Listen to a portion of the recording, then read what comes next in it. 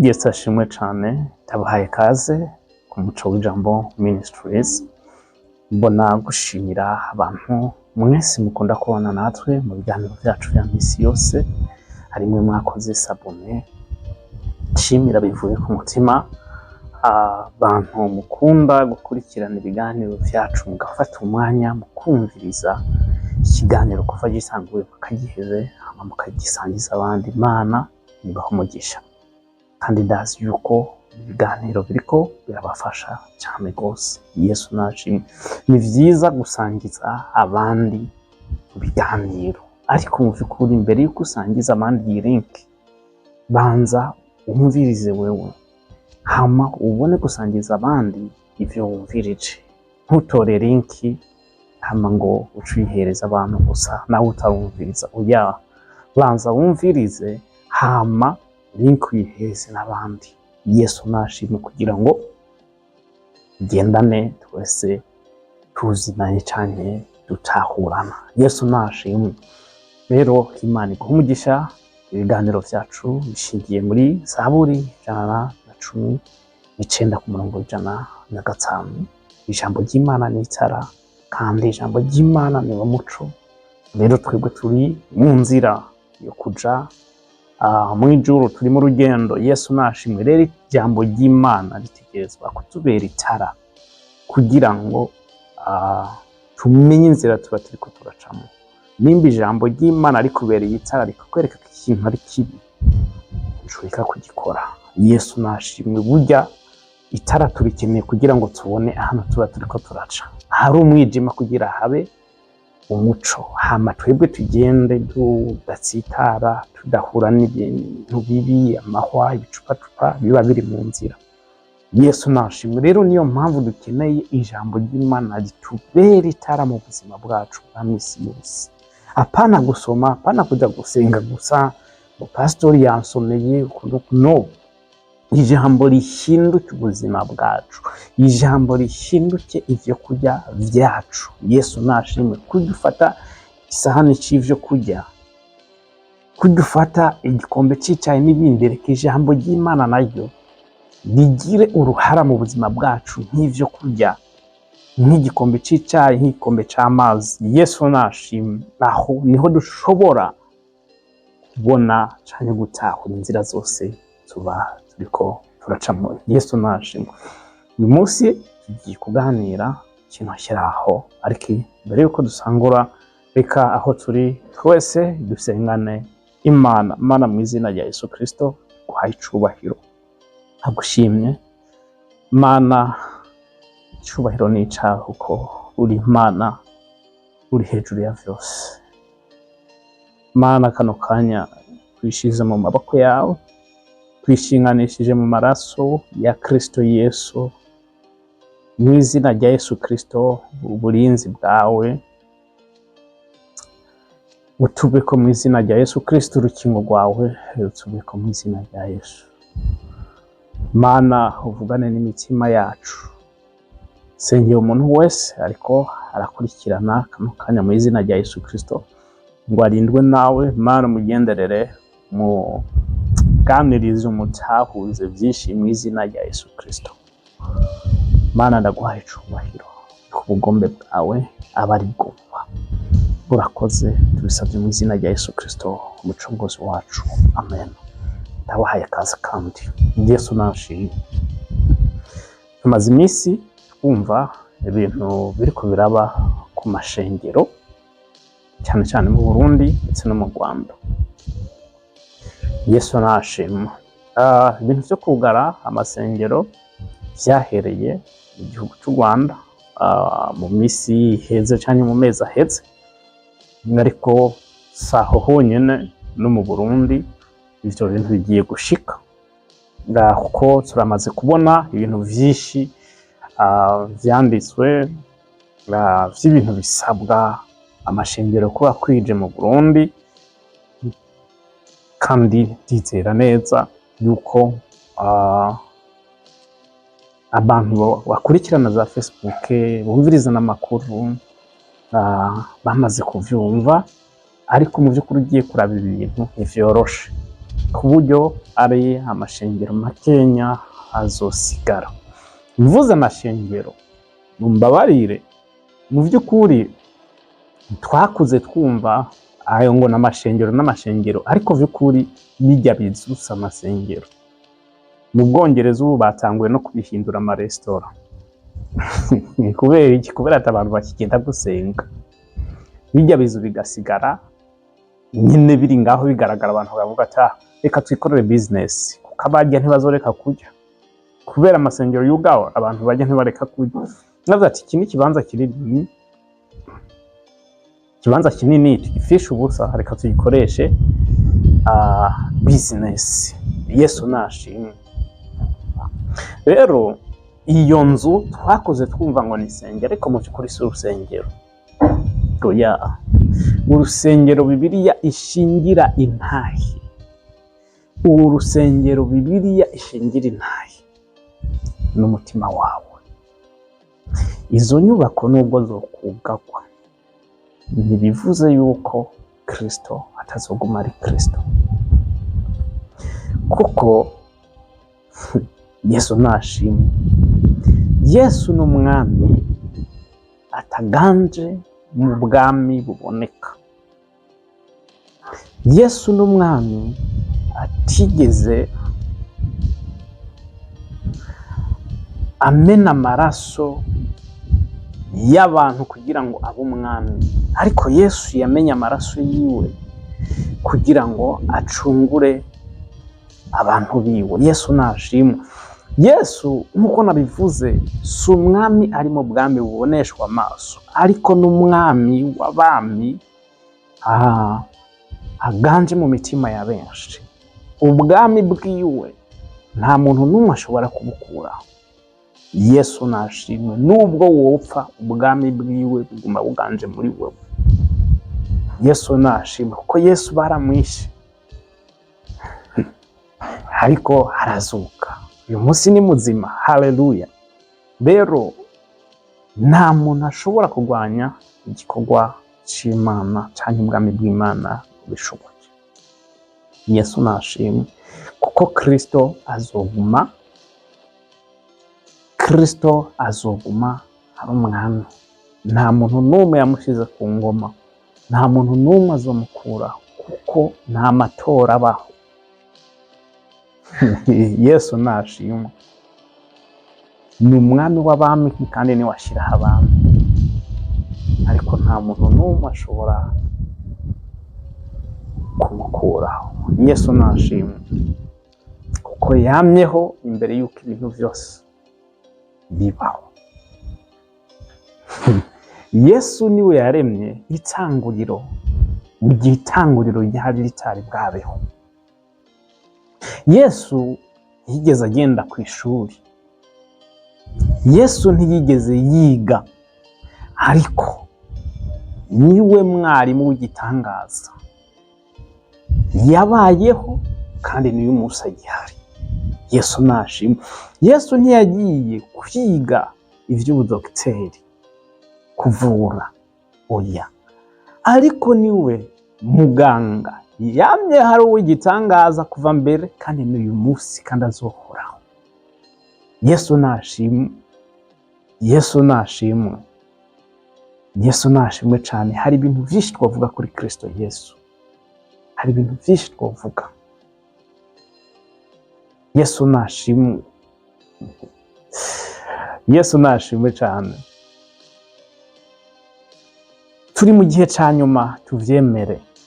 Turi mu gihe cya nyuma, kandi aho ijambo ryose ryavuzwe ritegerezwa gusohora, kuko ivy'Imana yavuze ni mpaka bisohora. Yesu nashimwe.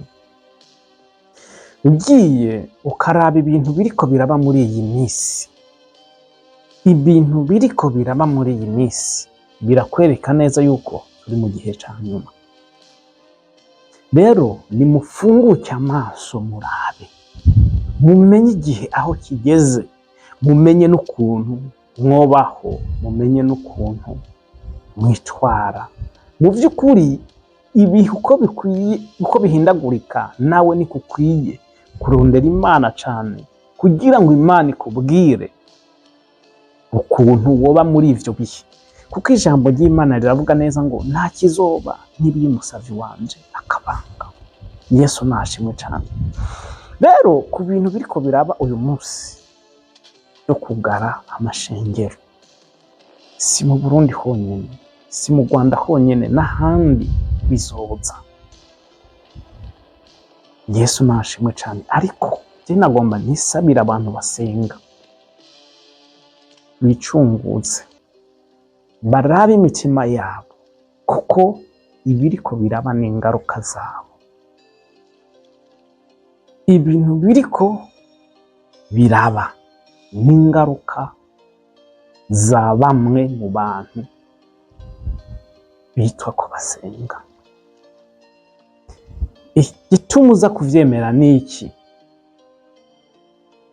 Yesu yaravuze neza ngo benshi barahamagawe, ariko muri ba bandi benshi nyene bahamagawe hatoranijwemo bake. Iryo jambo ishire mu mutima wawe, yiyumvireko. Yesu nashimwe. Ibiriko biraba rero uyu munsi n'ingaruka, ni vyamwa, reka ndabivuga uko, vy'imbuto zabibwe n'abantu bamwe bamwe barongoye amatini. Uyu munsi uravyuka mu gitondo ugasanga umuntu wese ashaka kuba profete, kandi profete ni impano, si ibintu vy'umuntu uwo ari we wese, si ibintu wiha, si ibintu ugura, ni impano uhabwa n'Imana. Ushaka kuba pastori, waba ufise urusengero utarufise, ushaka kwitwa bishop, waba ufise urusengero utarufise, kugira utonke iryo zina gusa, titre. Ushaka kwitwa mwarimu, iyo titre. Ariko ivyo vyose nitwicara ngo twiyumvire, mbega ivyo ni ibintu umuntu yiyita canke ni ibintu biva ku Mana? Yesu nashimwe. Uyu munsi ugiye kuraba abantu bariko barapfa mu buryo bw'impwemu no mu buryo bw'umubiri, ni benshi bitewe n'abo bantu, kuko bihamagaye batahamagawe n'Imana.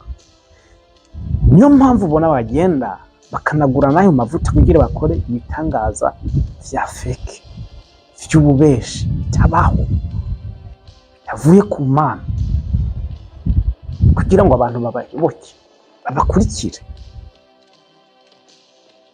Uyu munsi ugiye kuraba amanyanga menshi uyasanga mu rusengero.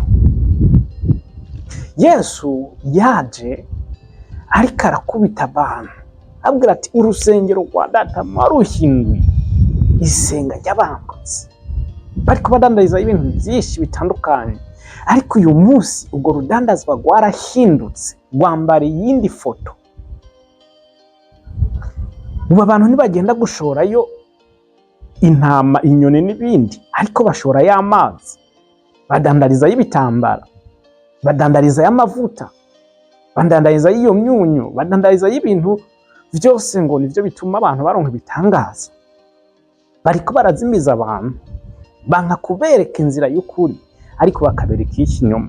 Bamaze kuba abafarisayo, babujije abantu gushika kuri Yesu, bakazibira umuryango. Bo barase kwinjira kuko bazi ivyo barimo, baca bazibira n'abandi bantu uti nimwinjire hariya, ariko bambaye urusato rw'intama. Babonye nyuma ubona ati ni intama, ariko indani ari amabirikira. Imana idufashe cyane. Birababaje nko kubona abantu batazi Imana, abantu batazi Imana aribo baza kubanguranya abapasitori n'abatama b'ishengero, bariko baragwana, bapfa amashikanwa, bapfa ivy'icumi, bapfa amafaranga. Yesu nashimwe. Rero muriko muragwana, leta ihari kugira irinde umunyagihugu wese yaba ari munini canke mutonyi, yaba ari uwo mwitwa ukomeye canke muto muto. Leta ihari kugira ngo imukingire uwo munyagihugu mutonya. Imana idufashe cyane. Rero ibiba biriko biraba leta ibibibona, niyo mpamvu uyu munsi leta iriko irashira mu kuboko kugira ngo ibintu bigende ku murongo. Birababaje kuko abakozi b'Imana, abitwa abakozi b'Imana, mwibagiwe abo muri bo, mwibagirwa ntiwabahamagaye, mwibagirwa imico mwahamagaye. Kuko ugiye kuraba kuva ubwa mbere mwitanguriro canke basugokuruza bacu, ibintu ntivyigeze bibaho. Ugiye kuraba bavugishwa n'Imana bwa mbere, abantu basenga bwa mbere nibo bari bafise inyishu y'ikibazo cose caba kiri muri leta. Muri leta hari ingorane iyo ariyo yose, nibo baza gutunganya ico kibazo bakazana inyishu. Ariko uyu munsi leta niyo ikirazanira inyishu b'abantu bizera Imana. Birababaje. Naho ugiye ugasoma no muri Bibiliya uzosanga leta yaza kubanguranya abantu bariko baragwana bapfa amaturo, naho uzosanga leta yaza kubanguranya abantu bariko barapfa vya cumi n'ibindi.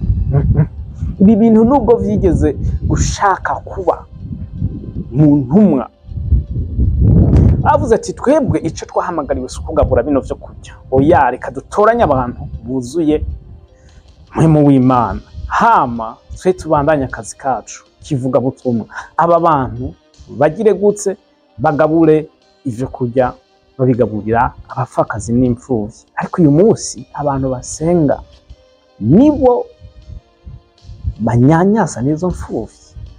Abantu barongoye amashirahamwe yegukiye Imana, ugiye indani ukinjira indani uravye ububisha, ububi, ibintu bakora bariko bitirirwa ngo bariko barafashije mfuvyi nabo bapfakazi, ariko ugasanga bazimize. Birababaje. Rero ivyo vyose ntimwibaze yuko leta itabibona. Leta ifise ukuboko kunini, my friend. Leta ifise amaso menshi. Leta ifise amaso menshi. Nakubwiza ukuri, ivyo ukora vyose nubwo ubona leta yicecekeye barabibona. Rero ntiwibaze yuko batabibona. Izi ni ingaruka ziriko ziraza ku bantu mwese babivye imbuto mbi. Amadini yaramaze gufata iyi shusho ku buryo hari akugera bikagutera n'isoni kwitwa ngo uri umukozi w'Imana. Ariko Imana ishimwe, hari ibihumbi bitigeze bipfukamira Bayali nubwo biruko. Yesu nashimwe, Yesu nashimwe, Yesu nashimwe. Hari ibihumbi bitigeze bipfukamira Bayali, ivyo ndavyizera. Uyu munsi raba ingo ziriko zirabomoka, nyinshi zubakiwe ku kinyoma. Ingo ziriko zirabomoka uzosanga nyinshi zari zubakiwe no ku kinyoma. Ndavuga izi ngo usanga zivuga ngo barampanuriye barambwira ngo uyu niwe mugabo wanje, canke ukabona umuntu araje akubwiye ngo uyu mugabo mubana mumaranye imyaka ingahe, ufise abana ngo si uwawe. Ivyo bintu n'ikinyoma bariko barasambura imiryango, kandi ari abantu bitiriye Imana.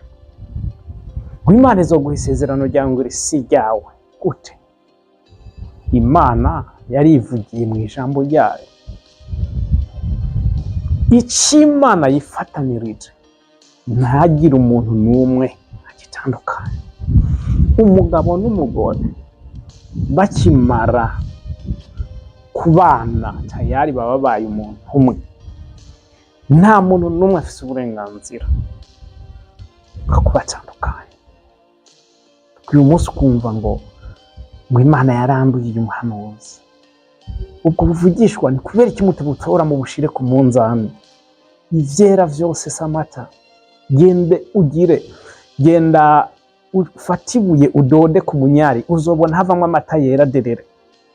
Genda urabe umunyu n'isukari. Uyu munsi turafise n'isukari yera, ariko tukagira n'umunyu wera. Vyose utabizi birashobora kugucanganya. Yesu nashimwe. Rero uyu munsi ibintu biriko biraba, menye yuko abakristo abantu bitwa ko bazi Imana, izi ni imbuto mwana. Rero ni mwemere muzahi, ariko nizere yuko zobigisha. Ariko kwiga kwa mbere ni ukwemera kurongorwa n'Imana, ni ukwemera gukora icyo Imana ishaka. Mureke kurongorwa n'amarangamutima yanyu, mureke kurongorwa n'inda zanyu, mureke kurongorwa n'ivyo muyumvira. Yesu nashimwe. Ibintu ndiko ndavuga ntavuze neza, hari ibihumbi bitarapfukamira abayari. Turabazi abakozi b'Imana bariko barakora mu kuri no mu mpwemu, kandi ivyo ntibivuze yuko ibintu bishobora kubagerako. Kuko no mu gihe c'ihama y'intumwa za Yesu Kristo barakorera Imana pe mu kuri no mu mpwemu, kandi barahuye n'ibibazo vyinshi, barahamwa, baricwa. Ego rero inzirakarengane ziguma zihari. Yesu nashimwe. Ariko abantu baravuga ngo nyina abayazane canke uwabitanguje ibi bintu, watumye biba, ni twebwe nyine abakristo. Twebwe abakristo ubwabo. Ibi bintu vyatanguriye muri irya nzu nyene y'Imana, vyatanguriye mu nzu y'Imana. Rero uyu munsi ko ariho vyatanguriye, n'ubundi niho bigiye kuzotorera umurongo. Burya Imana ntikora nk'uko abantu twe twiyumvira, kuko kenshi uko twiyumvira dukunda gukoresha ibintu vy'amasantima n'ivyumviro vyacu, ariko Imana suka. Imana irengeye ivyumviro vy'umwana w'umuntu, Imana irengeye amasantima y'umwana w'umuntu. Imana ntikorera mu bigumbagumba. Niyo mpamvu umuntu akoresha ibigumbagumba canke arongorwa n'ibigumbagumba, ubona umunyantege nke. Yesu nashimwe. Ubona umunyantege nke niwo mushira muri business yawe ngo utere imbere. Umuntu arongorwa n'ibigumbagumba, no kuri mariage ntiwo mutumira ngo abe ahagarariye ibintu vyo kurya n'ivyo kunywa, kuko muri mariage baba bakeneye wa muntu w'umuseriye n'ubwo bugomba gupfa atuguha ikintu na kimwe. Atarongorwa n'ibigumbagumba, ahubwo arongorwa n'uwamuhaye ico gikorwa. Yesu nashimwe. Rero reka dukure Imana mu bigumbagumba vyacu, dukure Imana mu bigumbagumba vyacu, ahubwo dukurikira Imana, dukore icyo itubwira. Mureke vy'ukuri dukorera Imana vy'ukuri, kuko buri gihe imisi y'igisuma barabivuze ngo ni 40. Ibintu vyose ukora mu manyanga, umunsi umwe gusa igikombe kiraza kikuzura, kandi kimaze kuzura birameneka. Ico nohamagarira amashengero uyu munsi kuja ku mbuga, muvuga biriko biraba uku nuku, uyu muntu n'umuntu mubi yugaye amashengero uku nuku. Mbeko mudasoma ya jambo riri muri Bibiliya rivuga ngo nta burongozi na bumwe butava ku Mana. Iri jambo ni kubera iki mutarisoma? Banza mwumve yuko uburongozi bwavuye ku Mana, kandi abantu bariko barakora igikorwa, aba perezida bariko barakora ivyo bintu, mumenye neza ko bariko barakora ibintu vyabananiye. None uyu munsi abaperezida si usanga bariko barita ku mfuvyi n'abapfakazi babafasha, mu gihe abantu b'abanyamadini bobo bimengo ntibibaraba. Ariko ico gikorwa cyategerezwa gukora abantu b'amadini, abantu basenga, ariko kubera leta hari umuvyeyi wa bose, niyo mpamvu yita kuri za mfuvyi, yita kuri b'abapfakazi bose, ikagerageza kubafasha mu vyo ibishoboye. Yesu nashimwe cane. Ivyo wewe pastori, bishop n'abandi mutashoboye gukora, leta ikirabikora. None Imana yobura gute kubizera canke kubemerera ukuboko kwabo kubashike ku gute? Ko mwebwe mwabihamagariwe kubikora ariko bikabananira. Rero reka Imana ikoreshe leta kugira ishira ibintu ku rutonde, kugira Imana ishira ibintu ku rutonde bigende nk'uko Imana ibishaka. Ako kavuyo gace mu madini, ibintu vyo kwita profete, pastori n'ibindi cyose, ko kavuyo gahera abantu kuguma birirwa bazunguruka mu mihana y'umuntu ngo n'umuhanuzi umuvugishwa, ariko arakuvugishwa akakuvugishwa ko ibintu vy'uburofa, ahubwo afise gahunda zo kuza kukwiba. Ivyo vyose bihave. Yesu nashimwe. Kandi ku buryo batabaye maso n'ivyo bintu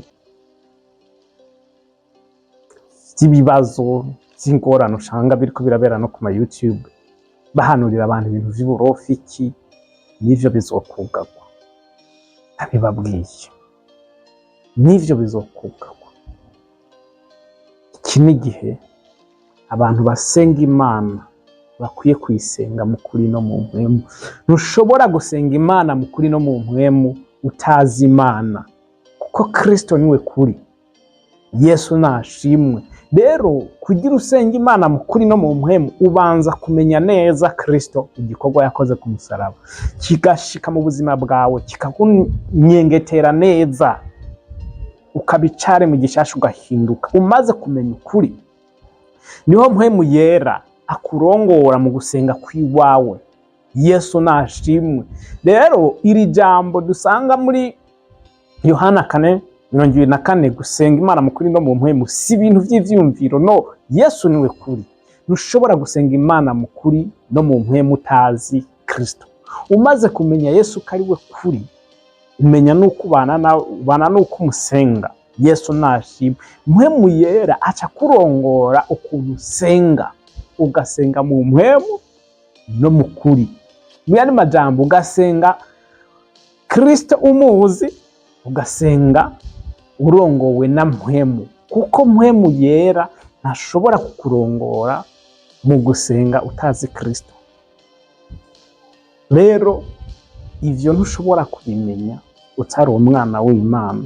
Urongorwa n'inda, urongorwa n'ivyumviro vyawe, urongorwa na kamere yawe, ntushobora guhimbaza Imana. Nimba udahimbaza Imana, ufise uyundi muntu ahimbaza. Yesu nashimwe. Nimba udahimbaza Imana, ufise uyundi muntu uriko urahimbaza. Ahimbaza Imana uriko urahimbaza Satani, ico birumvikana. Imana idufashe cyane. Ikindi naco mwibuke neza, turi mu gihe ca nyuma, turi mu gihe ca nyuma. Imana inzira zayo, Imana ikoresha abantu benshi batandukanye, kuko Imana irengeye gutahura kwacu, my friends. Imana irenze ubwenge bwacu. Imana irenze ivyo twebwe twiyumvira. Iki ni gihe abantu bakwiye gusubira ku Mana. Nta wundi muntu afise inyishu n'umwe y'ibiriko biraba. Muzoja ngaho ku ma YouTube muvuge ati abaperezida bariko baragira nabi, ibi ni sawa. Muzokoresha amamega yanyu n'amakamera yanyu n'amatelefone yanyu, nivyo, ariko ntaco bizohindura. Ntaco bizohindura mutabaye nk'ababana, cyane nka wa mwana w'icangazi yavuze ati reka nsubire kwa data. Ndakubwiza ukuri, Imana yonyene niyo ishobora kubihindura. Imana niyo ishobora kubihindura, ariko nta muntu n'umwe azohindura. nta muntu n'umwe azoyihindura, ahubwo mu maso bizogenda bihinduka kugera ku rundi rwego mutibaza. Kuko iminsi ya nyuma turimo hazogera igihe abantu badasoma Bibiliya zikugweho. Ariyo mpamvu mukwiye kuzigura mukazisoma hakiri kare. Genda murabe ukuntu ziguma zizimba. Uku kuzimba zizoteba ziveho zibure. Hama nimwe turamaze kubibona ukuntu ibice bimwe bigenda bikugwamwo, imirongo imwe igenda ikugwamwo, ku buryo hazoba n'ibindi vy'uko ubutsemerewe kwigisha ibitabo runaka. Imana idufashe cyane. Ariko ibi vyose bibaye, vyari bikwiye kukubwira yuko turi mu gihe ca nyuma. Uri umunyabwenge ukegera Imana cyane, ukarondera Imana cyane, ukava mu gusamara, ukava muri uko kudamarara uhugiyemwo cyane kugutwaye, ukarondera Imana ikabana nawe. Kuko vy'ukuri ko wegera Imana cyane niko Imana nayo ikwegera. Jambo ry'Imana riravuga neza ngo munyegere nanjye nzobegera. Yesu nashimwe. Iki ni igihe cyo kuvyuka. Nivyo turabona abantu bakora ibikorane by'ubuvyutse, ariko mu vy'ukuri urababona mu buryo bw'umubiri baravyutse, ariko mu buryo bw'umuhema bagisinziriye. Gusirimba cyane ntaco bizomara. Gusirimba cyane ntaco bizomara. Gupostinga amastati aguhumuriza, ivyo ntaco bivuze. Gupostinga amastati y'indirimbo zikubaka ziguhezagira, ivyo ntaco bitwaye. Kuko ugenda mu bubare abantu batazi Imana, amaboate nabo baravuza indirimbo zivuga Imana, izo twitwa za gospel barazivuza, ariko mu by'ukuri nta Mana iriyo hariya. Rero iki ni igihe turimo cyo gusenga Imana mu kuri no mu mpemu. Mu kuri no mu mpemu nimusenge cyane, musengere ishengero ku isi. Bahanuzi nimusubire ku Mana. Imana ibanze ibigishe. Nimba itaguhaye cyo kuvuga, reka kuvuga ubwo bujinga, reka kwivugira ivyo vyiyumviro vyiwawe, reka kuvuga ivyo bigumbagumba ngo wiyerekane n'abo abantu babone yuko muvugishwa. Subira ku Mana, subira ku Mana. Imana yaguhamagaye, subira. Kuko inyishu buri gihe biza ivuye ku Mana. Kuko iyo hari ikibazo urafata ikibazo ukagenda imbere y'Imana, ugira ati Mana, iki kibazo ko kiri uku bimeze gute. Imana ikakubwira inyishu y'icyo kibazo. Yesu nashimwe. Ingaruka ziriko ziraba. Mwebwe ubwanyu ntimuvuge ngo ni leta. Ntimuvuge ngo ni leta. Ubwa mbere bitaraba bibi uyu munsi, leta ntaco yigeze ivuga. Leta ntiyigeze iza kubahagarika, kandi na leta ubwayo yaraza kubwo akabana namwe mu bikorane muri gahunda z'isengero. Yesu nashimwe. Ariko uyu munsi kugira utumire umuntu uwo ari we wese ngo azoze kuraba muri eglise yawe, ikibazo ku buryo uvuze yuko leta zitizera ibintu vy'Imana n'uwo bubesha. Kandi mu by'ukuri n'ikindi, leta ntiyizera n'ibintu by'uburozi. Leta pe ntibozibwira ibintu by'uburozi, zivyemere zivyizere, no. Reka dusubire gusenga, turondere Imana,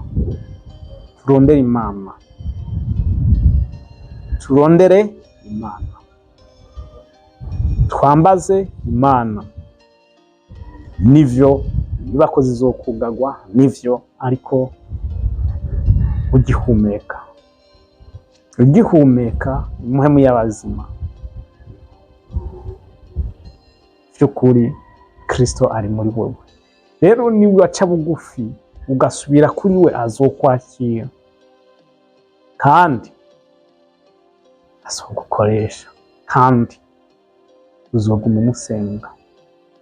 Ugiye kuraba aho hambere izi sengero zingana uko turiko turabona ntizari zihari. Abantu ntibasenga, barasenga.